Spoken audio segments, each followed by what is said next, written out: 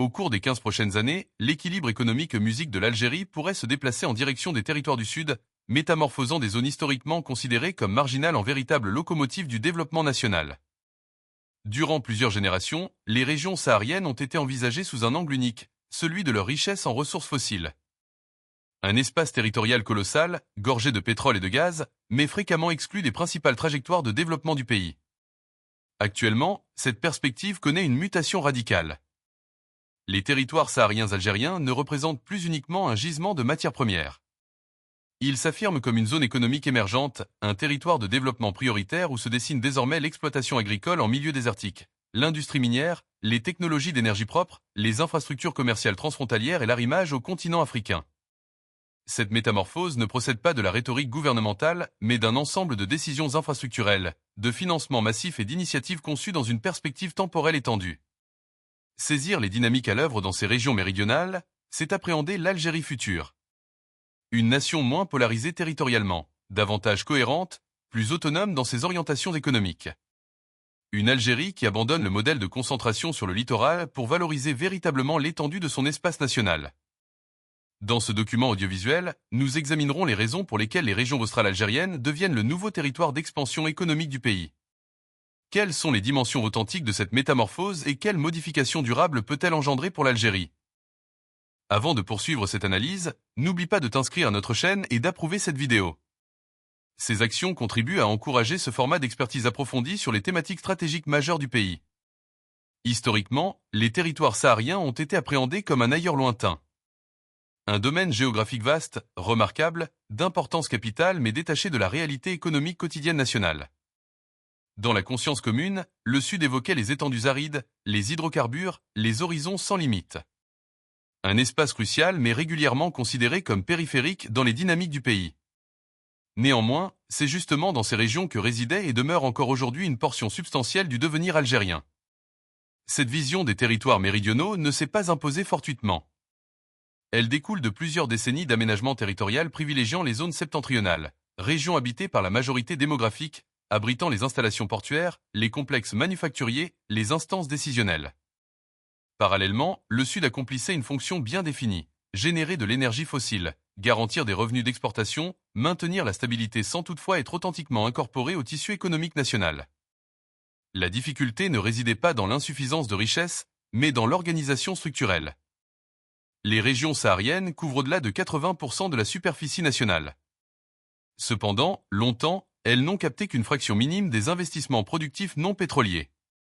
L'éloignement géographique, le déficit d'équipements structurants, les charges logistiques considérables ont constitué des obstacles silencieux mais redoutables. Produire dans ces zones impliquait des coûts élevés. Acheminer depuis le sud générait des dépenses encore supérieures. Conséquence, même quand les possibilités existaient, elles demeuraient abstraites. Toutefois, ce paradigme a révélé ses insuffisances. Présentement, l'expansion démographique, la saturation des métropoles septentrionales, l'impératif de diversification économique et l'épuisement progressif du modèle rentier ont imposé une réévaluation fondamentale. L'Algérie ne peut plus s'organiser exclusivement autour de sa façade maritime. Elle doit mobiliser l'intégralité de son territoire. C'est à ce moment que la perception du Sud commence sa transformation. Cette évolution n'a rien d'idéologique, elle répond à une logique pragmatique. Les régions sahariennes concentrent des atouts que rares sont les nations à posséder à cette dimension. Des superficies exploitables pour les cultures désertiques, des gisements minéraux stratégiques, un rayonnement solaire parmi les plus intenses mondialement et une localisation géographique exceptionnelle au carrefour des itinéraires africains. Considérons l'agriculture comme illustration. Longtemps, cultiver dans le Sahara paraissait illogique. Actuellement, grâce aux technologies d'irrigation contemporaines, à l'automatisation et à la maîtrise de certaines productions adaptées, le Sud se transforme en zone agricole d'importance stratégique. Des dizaines de milliers d'hectares sont valorisés avec des productions capables d'approvisionner le marché intérieur et ultérieurement les marchés extérieurs. Mais produire demeure insuffisant, il faut commercialiser. Sans axe routier fiable, sans réseau ferroviaire, sans centre logistique, l'agriculture saharienne reste vulnérable. Chaque quantité produite nécessite un acheminement sur des distances considérables avec des charges importantes et une dépendance presque exclusive au transport routier. C'est précisément la même problématique pour l'exploitation minière. Le sud algérien recèle des ressources minérales encore majoritairement inexploitées. Minerais de fer, phosphates, métaux rares. des matériaux stratégiques dans un contexte de transformation énergétique mondiale. Mais également ici, sans équipement structurant, ces richesses demeurent en partie inutilisées. Ce diagnostic a conduit les autorités à reconsidérer la cartographie économique nationale. Le Sud ne constitue plus uniquement un territoire d'extraction primaire, il devient un espace de fabrication, de traitement et de rayonnement, une frontière de développement au sens géostratégique du concept, comparable à ce qu'ont représenté à d'autres moments historiques, l'expansion territoriale américaine ou certaines provinces intérieures chinoises. Les données chiffrées témoignent de ce basculement. Les financements publics et privés dirigés vers le Sud ont connu une augmentation notable ces dernières années, particulièrement dans l'agriculture, l'énergie photovoltaïque, les équipements et la logistique. Des pôles industriels apparaissent. Des initiatives expérimentales accèdent au statut de projet structurant. Mais au-delà musique des montants financiers, c'est l'approche qui évolue. On ne vise plus à exploiter le Sud de façon isolée. On cherche à l'incorporer. Cette incorporation transite par les infrastructures, axes routiers, voies ferrées, approvisionnement énergétique, réseaux de communication. Sans elles, le Sud demeure périphérique. Avec elle, il devient névralgique. C'est à ce niveau que la connexion avec les grands chantiers nationaux prend toute sa signification. Le réseau ferroviaire notamment s'impose comme l'élément déterminant de cette transformation.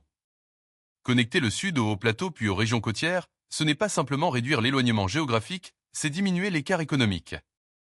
C'est permettre une circulation efficace des marchandises, des populations, des investissements. Observons ce qui s'est produit dans d'autres contextes. En Chine, les provinces continentales ont longtemps été délaissées. Leur essor n'a débuté qu'avec le déploiement massif des infrastructures de mobilité. En Australie, la mise en valeur des zones arides n'est devenue rentable qu'avec des axes logistiques spécialisés. Partout, le modèle est identique. Un territoire devient productif lorsqu'il devient accessible. L'Algérie emprunte actuellement cette voie. Mais cette transformation ne se cantonne pas à la sphère économique. Elle concerne également la cohésion territoriale. Le Sud algérien n'est pas un simple domaine économique. Il est peuplé, il est vécu quotidiennement. Et durablement, ces communautés ont éprouvé une forme de marginalisation, parfois d'absence dans les grandes orientations nationales. Investir dans le Sud, c'est également transmettre un signal politique et représentatif, celui d'une Algérie qui se conçoit dans son intégralité, qui valorise chaque région, qui n'abandonne plus certains territoires à la périphérie. Ce signal possède une importance. Il consolide le sentiment d'appartenance collective. Il génère de nouvelles possibilités locales. Il assure la stabilité territoriale. Un développement territorial harmonieux ne constitue pas uniquement un objectif de croissance. C'est un enjeu de pérennité à long terme. Le Sud algérien, historiquement considéré comme marginal, devient progressivement un pôle central. Un pôle énergétique, agricole, minier, logistique, une frontière de développement où se détermine une partie majeure de l'avenir national. Et ce basculement ne représente que le début. Si le Sud algérien s'impose aujourd'hui comme une orientation nationale prioritaire, ce n'est ni par attachement territorial romantique, ni par simple volonté de rééquilibrage géographique. C'est parce que dans le contexte international actuel, le Sud constitue un atout stratégique que peu de nations possèdent à une telle ampleur. Nous vivons une période où les États qui maîtrisent le territoire, l'énergie, les ressources et les corridors de transport acquièrent un avantage déterminant. Et sur chacune de ces dimensions, le Sud algérien occupe une position centrale. Abordons d'abord la question énergétique. Durant plusieurs décennies, le Sud a constitué le cœur de la production énergétique algérienne. Mais cette centralité demeurait en réalité invisible dans la vie économique quotidienne du pays. Les hydrocarbures étaient extraits, les recettes remontaient vers le nord mais le territoire restait en retrait. Actuellement, cette dynamique se transforme. Le Sud n'est plus seulement une source d'extraction, il devient une infrastructure. La transition vers les énergies décarbonées modifie complètement la situation. Le Sahara algérien détient l'un des gisements solaires les plus importants mondialement. À l'échelle planétaire, honnêtement, peu de zones offrent une telle convergence. Espace disponible, radiation solaire, sécurité géographique. Cela positionne le Sud algérien au centre des stratégies énergétiques à venir, non seulement au niveau national, mais également continental. Générer de l'électricité photovoltaïque à échelle industrielle, alimenter les installations manufacturières locales, commercialiser de l'énergie ou des produits énergétiques transformés. Tout cela devient envisageable à condition de disposer des équipements nécessaires. Encore une fois, le Sud devient un pivot stratégique, non une périphérie. Mais la dimension énergétique ne constitue qu'un aspect. Sur le plan minier, le contexte international restitue une valeur stratégique considérable aux ressources des régions sahariennes algériennes. Fer, phosphate, métaux stratégiques.